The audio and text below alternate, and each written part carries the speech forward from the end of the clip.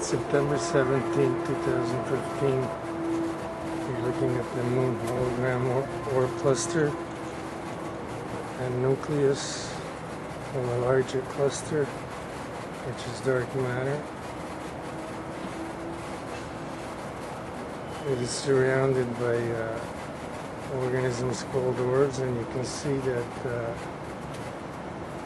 there is a illusion that there is a roundness of the hologram itself on top. The hologram happens to be in a zone where a lot of planes are going to be flying by. They'll be moving slowly. They'll be landing and taking off from Toronto Airport. That's Toronto International Airport. And just want to show you what I saw last night, because I was holding the camera on the stand, with the stand, and the photos, the video did not come out, as steady as I wanted, but I think you'll be in for a surprise to see exactly,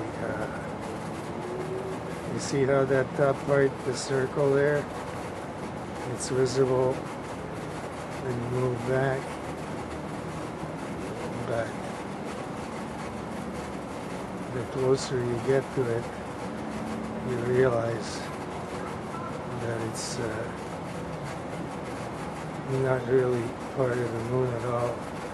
You're just a bunch of orbs. So you can see them all. Okay, I'm just going to move it over slightly.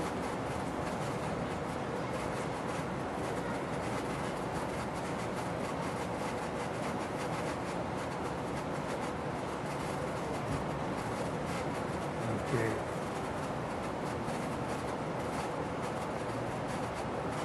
I'm moving slowly, but not that slowly because it's going to go below the tree line.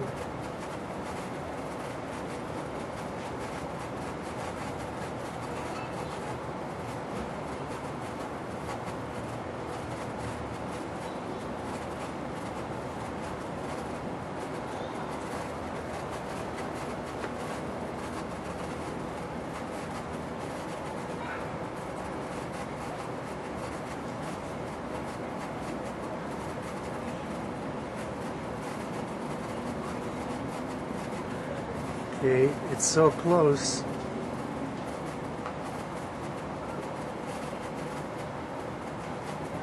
that now you can actually see the large orbs in the supporting orb cluster and how they create that moon hologram.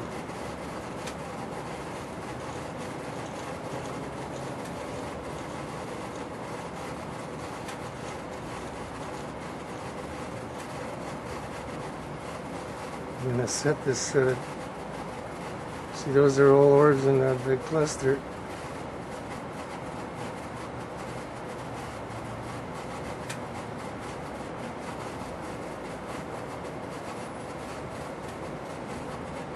That's a big orb right there.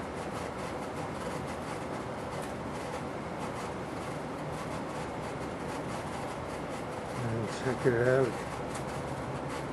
Moving closer. Check that one out.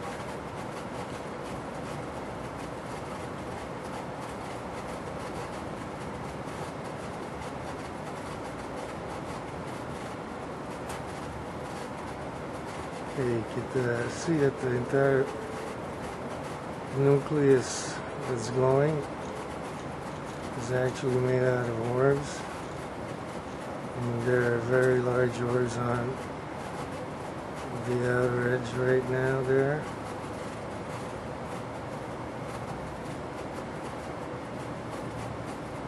And going down towards the bottom.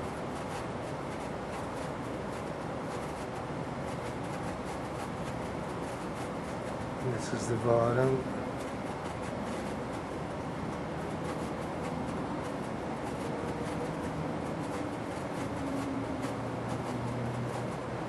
That's a big orb right there, the white one.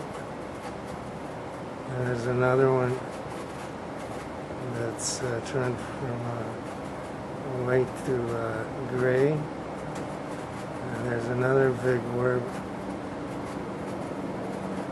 that's going to be exposing itself as that nucleus shrinks. And the way that thing shrinks is by the orbs on the outside, by that big cluster, the dark matter cluster. Okay, they're crowding the nucleus into a shape and forming the shape of the quarter moon by pushing that energy into the shape of the quarter moon. Okay, you see all those orbs?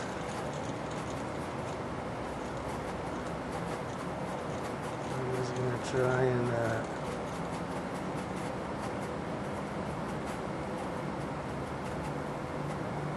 I'm going to set it.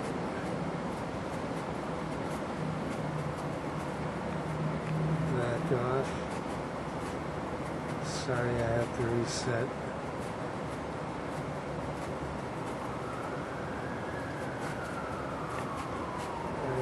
Camera in the right place.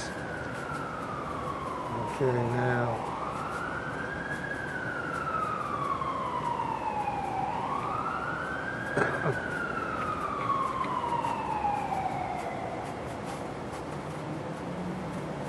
just gonna lock it up.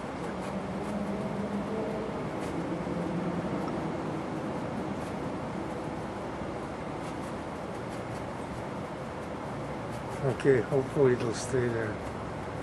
Okay, so that the camera doesn't move. I don't want to have anything interfere with what I'm going to show you now.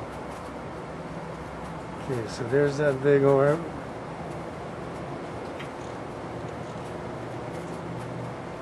And you see the orbs all around it there on the bright part itself. Well, that's the quarter moon. And look, let me come close.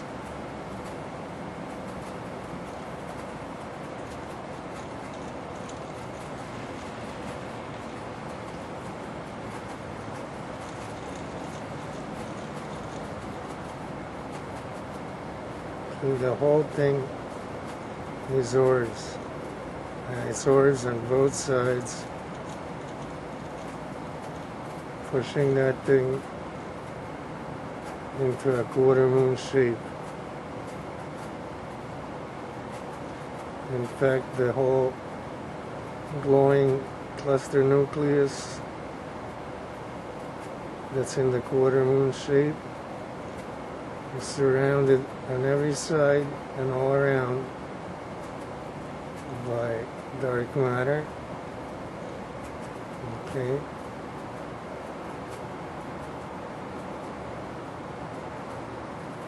And there it is. So what it's eventually going to do, it's going to just swallow up that whole energy center into the big cluster. So when the moon goes down towards the horizon, we think that it's going to appear on the other side of the world, and we don't see it anymore for that reason. That's not what happens. This energy gets pulled back into the main cluster, the supporting cluster, the big one. That's dark matter, which is the cluster responsible for the existence of the moon orb cluster nucleus and hologram, and that dark matter cluster is going to take this energy back, and as it hits the horizon line, this will be swamped by orbs. And then another nucleus will appear for the other side of the world. Okay, maybe not even out of the same cluster. It may or may not be the same supporting cluster that'll create the other nucleus for the other half of the world.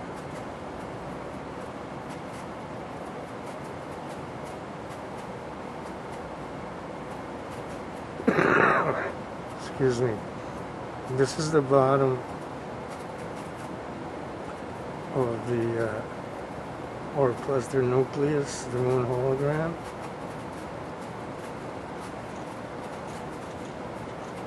Okay. These are all big orbs. That's a real big one. Okay, that's like a 500-mile orb in diameter.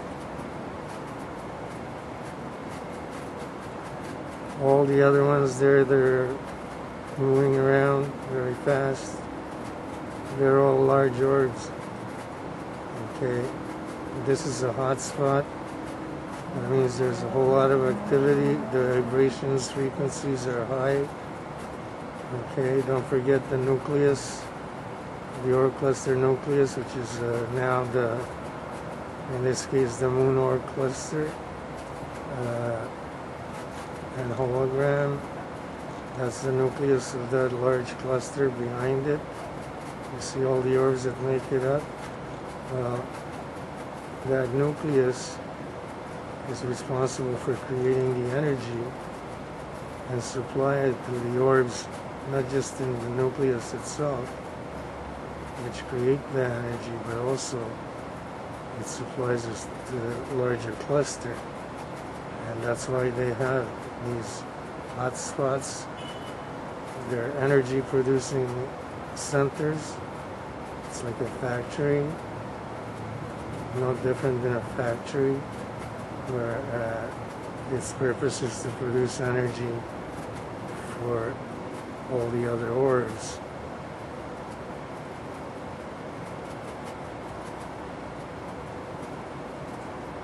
Okay, yesterday this thing was much closer. I'm going to show that video even though it's all shaky and everything, just so that you can see how close it was and the size of these orbs. This is more normal than what I'm used to. But yesterday, or last night, around 8:30, it was really something else to see. But I got there too late and the moon was already very low. So I had to pick up the whole stand with the camera and hold it and just hope I got it in the frame. Because it was so high I really couldn't see it very well. And it was hard to hold the stand and the camera in order to video it for a long time, because this is a heavy stand and the camera is very sensitive at such a high zoom level, and it shakes even when I just breathe, let alone when I'm holding it way up in the air with the stand. So you're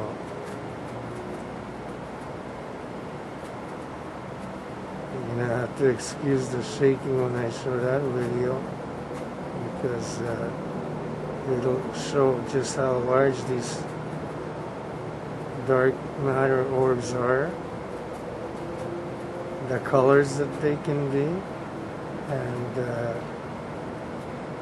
it'll show a whole lot of information that hasn't been seen before about them.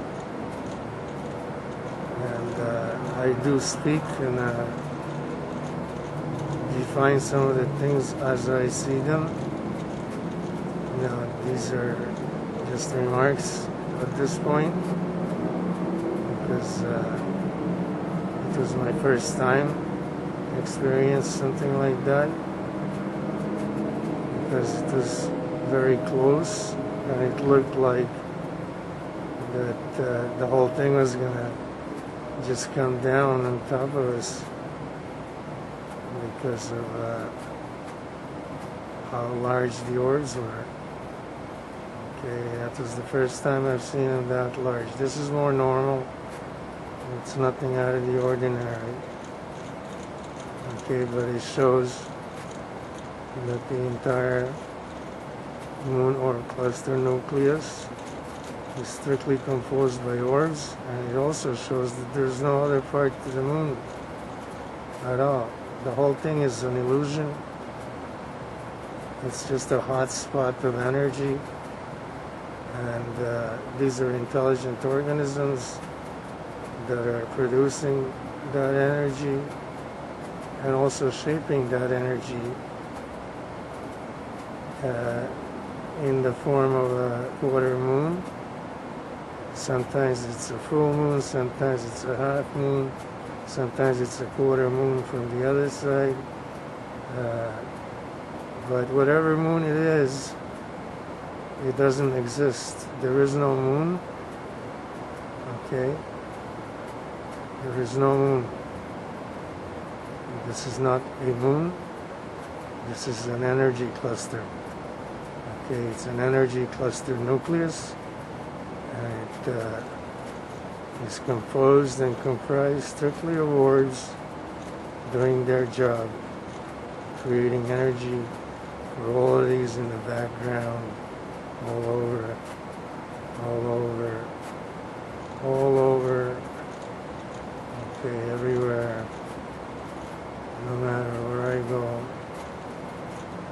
Okay, they make up 85% of the universe, and obviously they make up the moon hologram, and this has been an illusion for hundreds of thousands of years since man first became a living thing on this planet. And therefore, it's time to see the truth, because wool has been pulled over our eyes long enough by these things, making us think that this thing was real. In a way it is real, but it's not real in a way that we think of it, and the way it's been explained to us by people we trusted to know what it was and tell us what it was. Okay, so the whole knowledge based on the moon, or regarding the moon, and even the stars,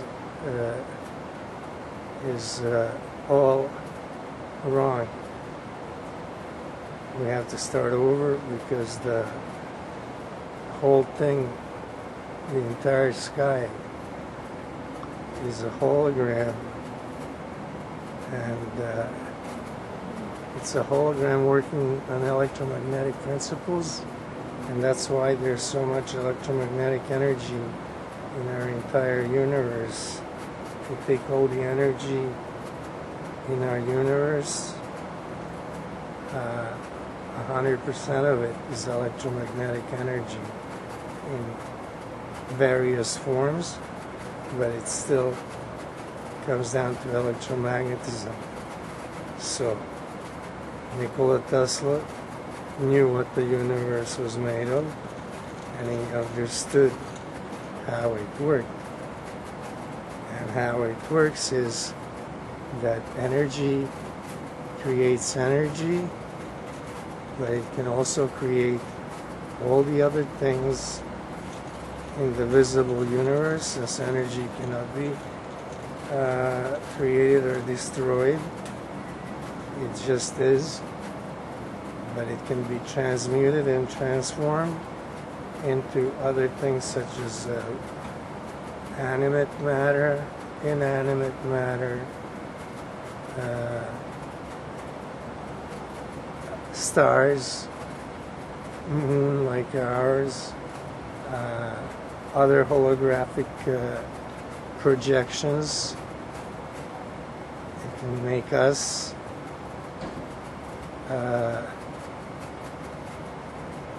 And the bottom line is that since the universe is based on a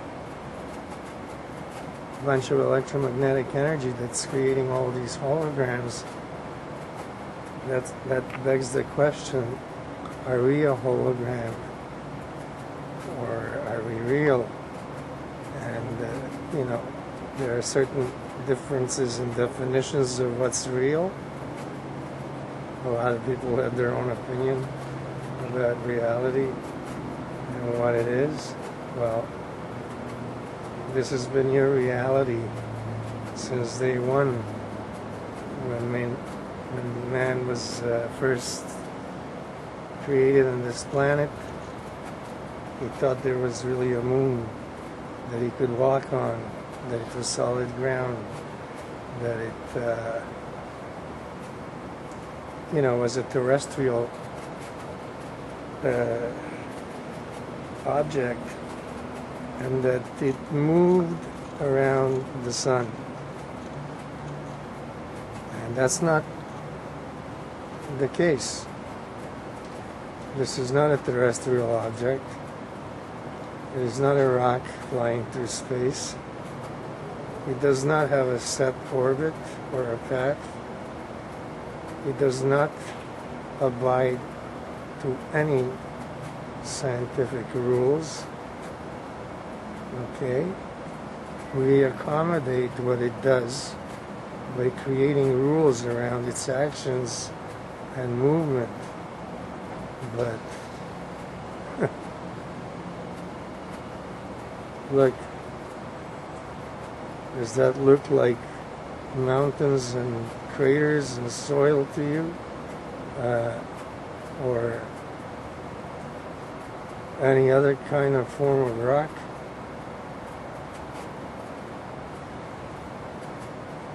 This thing is so hot and it's getting so active that I believe it's going to be a star. Because if you look at the larger orb cluster that supports it, that's getting larger and it's becoming huge to the point where it's going to give so many orbs into the nucleus, or allow the nucleus to use so many orbs, that the moon will expand and grow and become more powerful, meaning more energy producing, and then it'll ignite because there'll be so much energy it'll trigger a nuclear fusion reaction, because there'll be so much electromagnetic energy and so much heat and so much everything necessary for for nuclear fusion, and then it'll be called a star, no longer a moon. But in either case, this was never a moon. It'll never be a star. It'll always be just an orb cluster and a hologram. So it'll only be a moon and a star as long as we call it that. But here's what it really is. It's orbs at high frequency vibrations, okay, creating an illusion for us that we follow blindly, and in not a very educated and logical fashion, because we just take it for granted that it's soil. We even said we landed on it, and people walked on it. I mean, that's kind of ridiculous, because this thing is as hot as the sun. Right there where it's white, it's as hot as the sun, or at least close to being as hot as the sun. The moon produces its own light because of all this orb activity. There is no such thing as sunlight reflection, and that's why the moon glows. The moon glows because it's producing its own light. Because the moon is an orb cluster nucleus that is highly active, and is getting larger by the minute, because orbs multiply at such a high rate, exponentially, and the cluster itself is just needing more energy. That's the supporting cluster there, all those orbs back here and all over around it, all everywhere around it. Okay, you can see them very clearly. They don't hide anymore since the cat's out of the bag, and you can see that the whole thing is in motion, and that the moon does not exist. And that's, the basic bottom line. The moon does not exist. The stars do not exist. Okay? They are holographic representations of energy, electromagnetic energy at high frequency, shaped by the supporting orb cluster into shapes that we call the moon or stars. But whatever the case is, they are not what we think they are, and they never have been. This has never been a moon. Okay? It has never been a moon. And it only become a star in name only. What it will become is a larger cluster with more energy. Okay, first it will be more electromagnetic energy, and then it'll trigger nuclear fusion, and that's the way it'll become a star. And now it's going to say goodbye to me because it's gone below the tree line. And that's what happened yesterday. I didn't get a chance really to set up properly. The camera wasn't tightened very well. I did everything in like 30 seconds because I got out here and I couldn't believe it. The thing was already going down so fast that I never had a chance to really set up. So I just took the whole stand and the camera and raised it up over these trees that are in front of me now. They're blocking the view. And you ask what trees? They're just orbs. Well,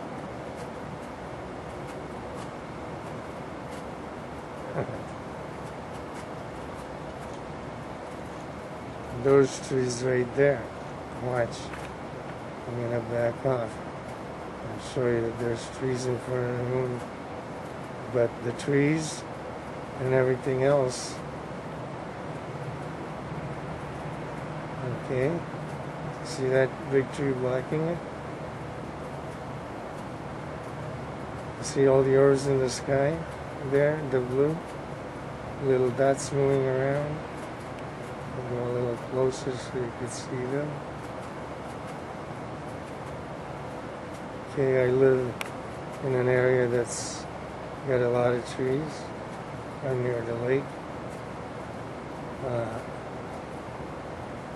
So show you the orbs in the sky. And there's the tree that's blocking the moon. But look when I go close to it.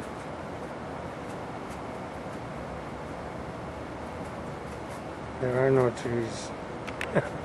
Reminds me of that little kid in that movie, The Matrix, when he goes, but there is no spoon. Well, I'm going to say, but there is no moon. There are no stars. You know, you got to think now in a whole different way, because everything we've been told, what we read about, what's in books, and everything else is not really the way things are. I'm not going to call anyone a liar or anything like that. Could have been just ignorance and blind belief. You know, people believe in a lot of things. They don't have to, you know, have a reason. But nonetheless, if you want to believe in the true facts, here it is. This is now the sky, where there's nothing, hopefully. And this is what's in it, both in our atmosphere and outside, you know, wherever the dividing line is between our atmosphere and outer space. So basically speaking, we're surrounded by these things. They're here on Earth as well, and we might be them also, just smaller. We could be just clusters of orbs ourselves. It's a very possible and plausible, you know, thing to say, considering all the evidence that I've been presenting for years. Because you can be in denial all you want, but you cannot change the truth. And the truth is that these are dark matter organisms, and they produce the visible universe through controlling, first producing and then controlling energy and how it's being used or abused. But they're in charge because they control life as we know it, and life even that we don't know about, because they control all the living systems, since they provide the energy for those systems to live, first to be born, to live, and then reproduce, and then through reproduction evolve and live on, and then when those species reach their limit or their potential, they are replaced by new species. Okay, and I'm talking about living things. The inanimate matter, they can make any kind of shape, form, size, color, or anything else that they want, because that's how much control they have over energy, and they can transform energy into just about anything, everything I know, and they can transmute it from one source to another by either doing it directly or indirectly. But either way, they can do that. So, since the moon is gone, that is, the moon that doesn't exist is gone. The image of it is gone. Now, all you have is a sky full of orbs, and at ground level, I'm going to go to turn the camera all the way around. Okay. Film anybody's house. Okay, right here, corner of the building. Okay. You see all those little orbs there moving around? Here, get a closer look. Now this is solid matter.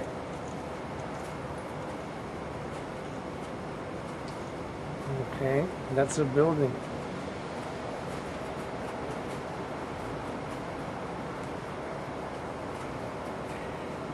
So for things like this, you need a very clear lens, and a good lens at that. Okay. Okay, so that's a building, or the edge of a building. It's about 100 meters from me.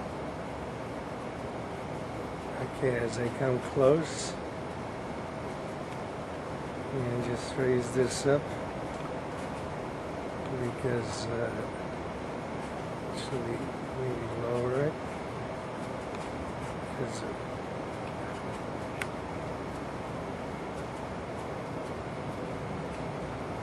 okay, it's too dark there. Maybe that's not a good spot. No, that's the only spot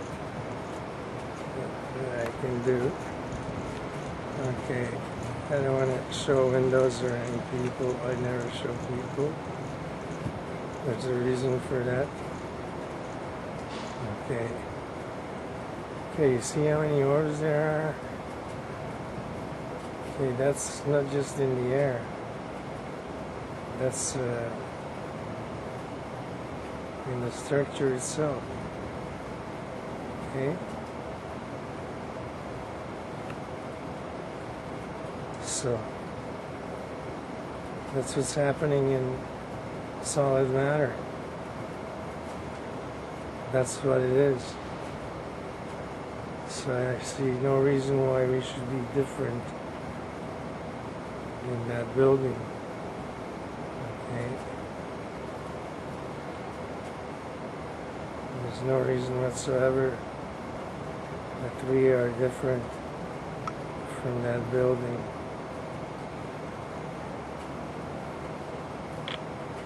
I'm just going to turn this whole thing around and try and get higher. Okay. Show that building one way or another.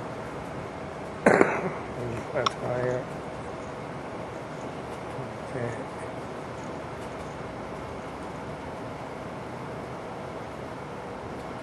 I gotta find a spot with no window.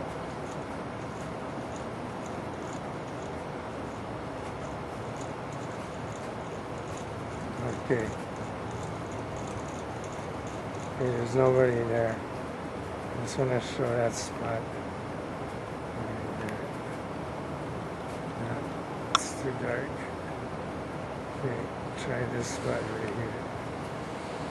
Okay, you can see that there's orbs in the air already.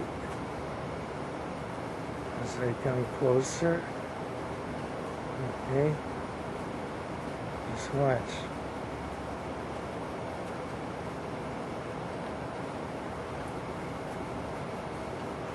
Okay, you see them? They're not just on top of them. those bricks. They are the bricks. They make up the bricks. Watch.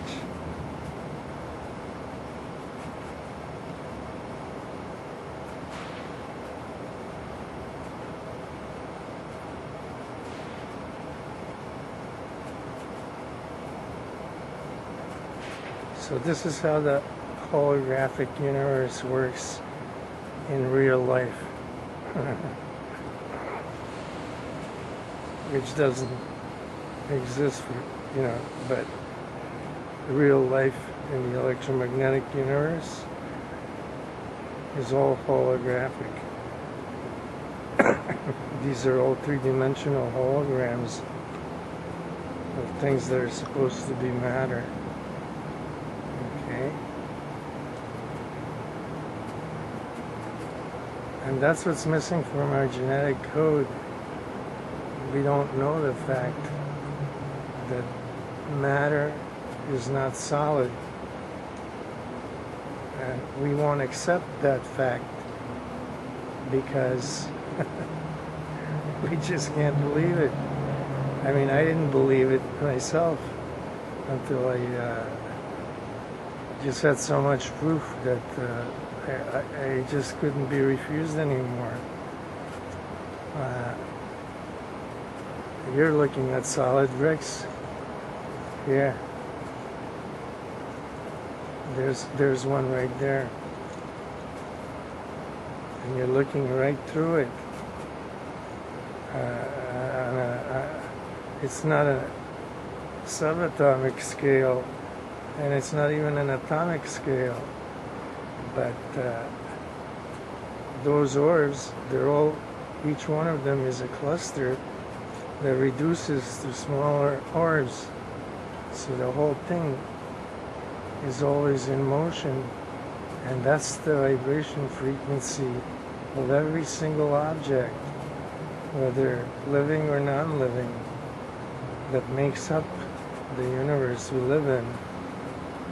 And this proves that it's holographic, because there is really nothing solid. Even if the molecules are moving within it, and atoms and things like that, it's not solid. There is nothing solid. So the framework of the universe is based on holographic expressions, and a framework that's sort of like a electromagnetic diagram, like a computer chip. And every single object, every single living thing has its own code, and that's why it can be reproduced over and over and over infinitely, because it's not real. It's a hologram. And as long as the machine is working, which is the universe, producing that electromagnetic energy, the holograms will keep coming. And,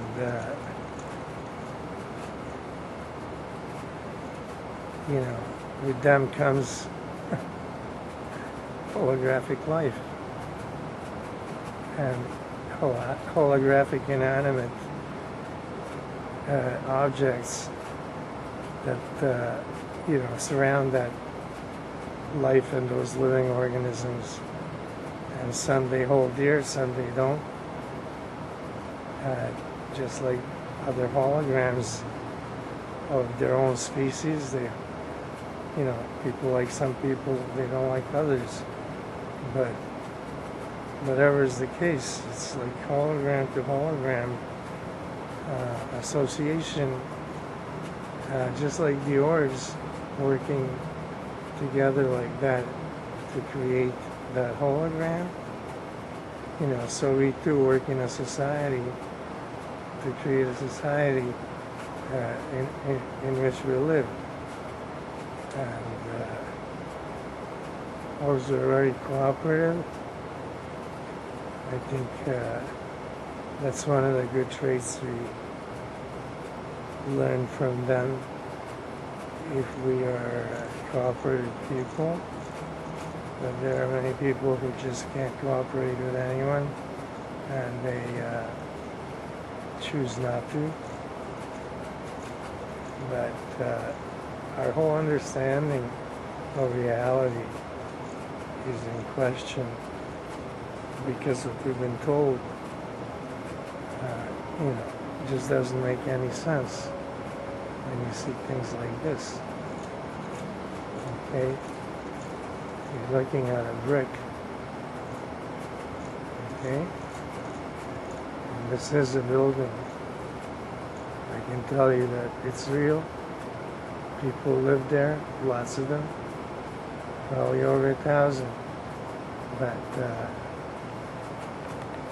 that tree there in front and the building, okay, don't really exist.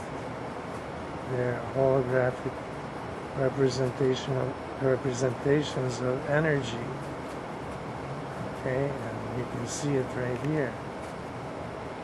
That's what they are. Energy, electromagnetic energy. Nikola Tesla was absolutely correct about the universe and how it works and what makes it work. And that's why they went in and took all his, drawings and diaries and everything else when he passed away in New York City. And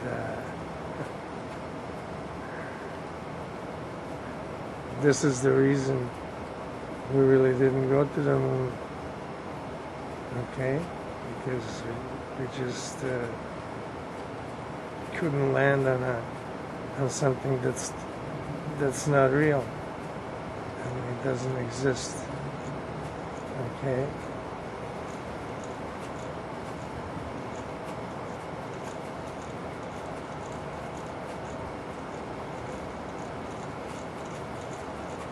There is not a nice building, but it's great living here next to the lake and everything. We have a forest and everything, but I showed previously in my videos that those little spiders were creating a holographic representations of what our trees were going to be like. Okay, remember those videos I made of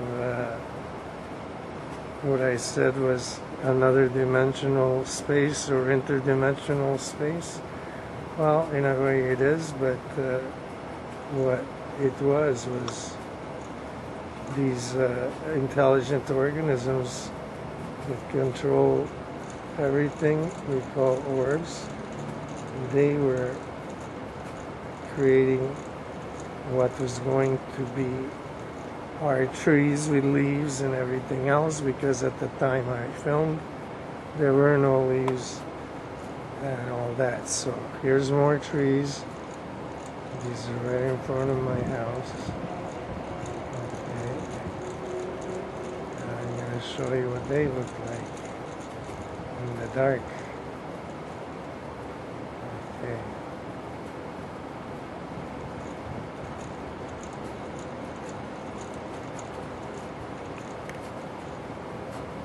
Okay, so I'm not that close yet. I have a ways to go. But you see those little flashes there?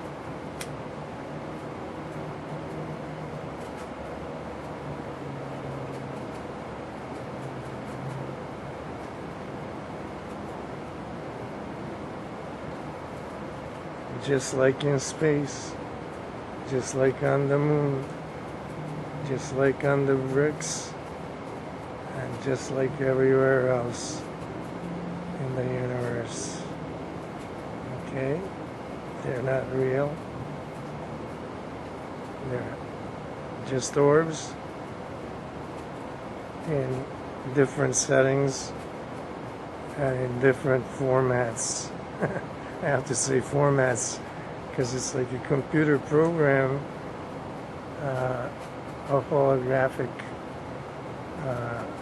representations that aren't real, and this is on a universal scale. I'm talking about everything, you know, you and I included.